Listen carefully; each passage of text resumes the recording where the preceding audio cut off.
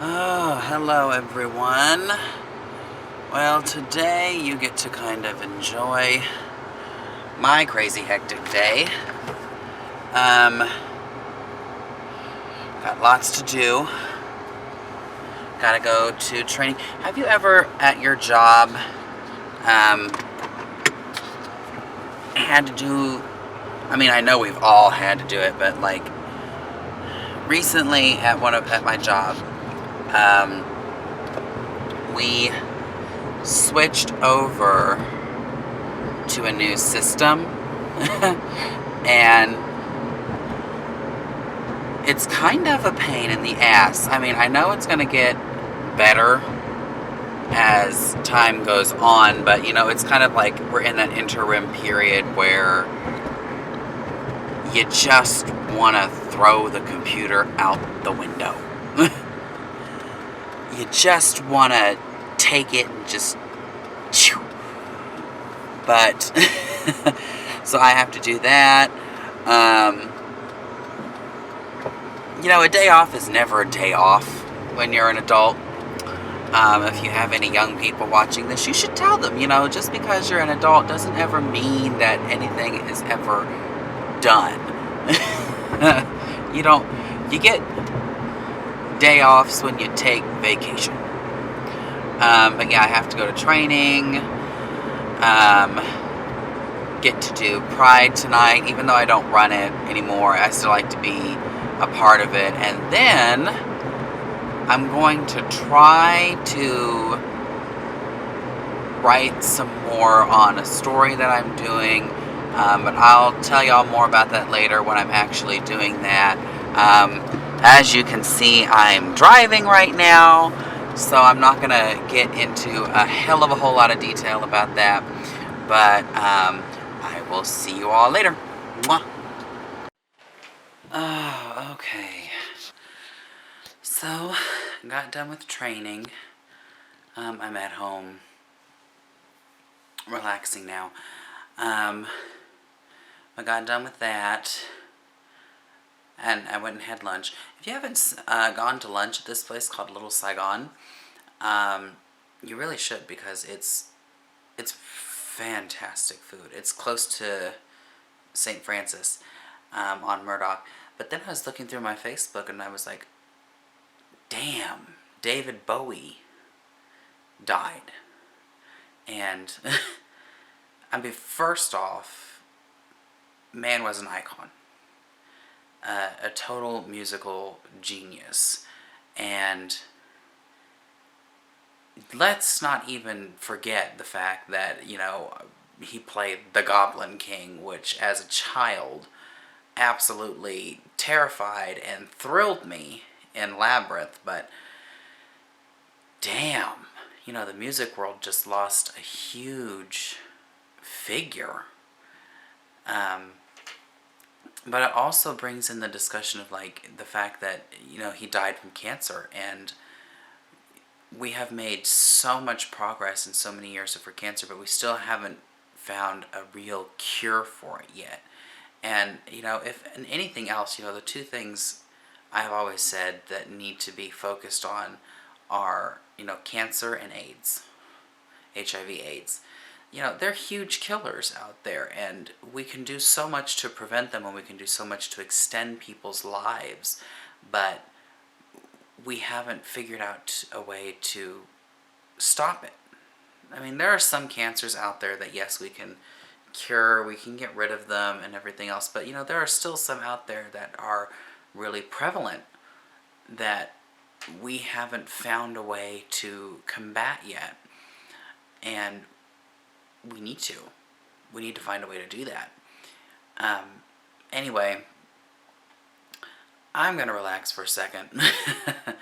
It's been a crazy few weeks, and this is my only day off. So, yeah. Okay, so here's my problem with this.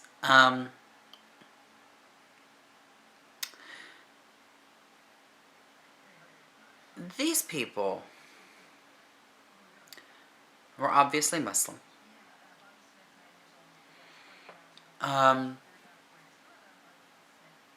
Obviously not Trump supporters. But it was their right to be there.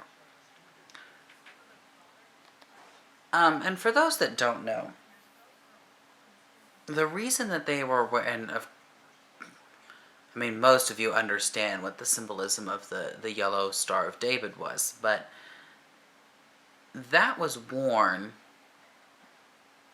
by the Jews in World War II, and actually pre-World War II Germany, ever since Hitler was elected in 1933. He forced people of Jewish descent to wear the yellow Star of David. He forced gay people to wear the pink triangle. So there was a symbolism behind that, because Trump went on public record stating that Muslims in America who are legal to be here should be forced to wear some kind of badge marking them as a Muslim. And they responded in kind by showing up at this rally wearing the yellow Star of David that had Muslim written in it instead of Jew. Silently protesting. Weren't saying a word, weren't being disruptive, weren't doing anything except being there.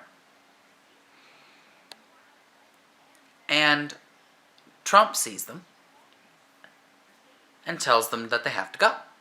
Tells security they have to go. This is the problem with Trump.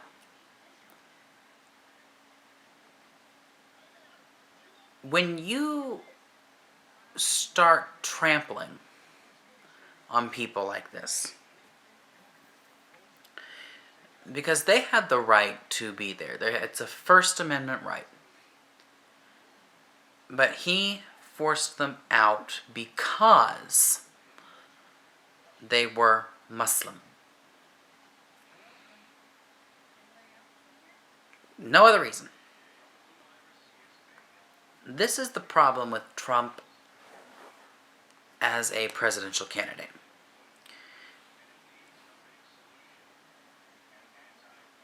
You can't have somebody in that office that will do such things as, and so far as to go after an entire religion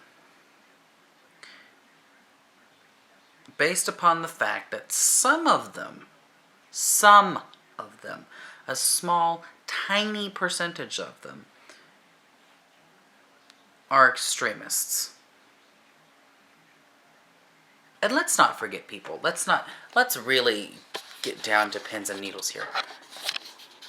It is not the Muslim world, okay, that attacked us, that attacked Paris. It's not the Muslim religion that did that. It's not Islam. It's ISIS. And people ask, well, what's the difference? Well, the difference is very simple. Islam states that to harm an innocent is wrong. You might as well be killing yourself. And let's not forget, Christianity has had its fair share of crazies. The Crusades were started by Christians. That was a 200-year war. The Spanish Inquisition, again, started by Christians. The Salem witch trials, more in recent history. But we don't persecute all Christians or judge all Christians based upon those things. So why are we judging all Islamic people based on the actions of a few? This is just something to remember.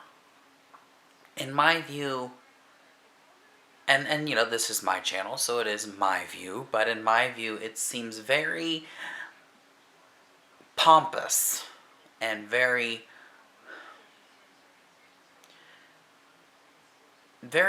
too definitive of us to judge an entire religion based upon the actions of a small percentage.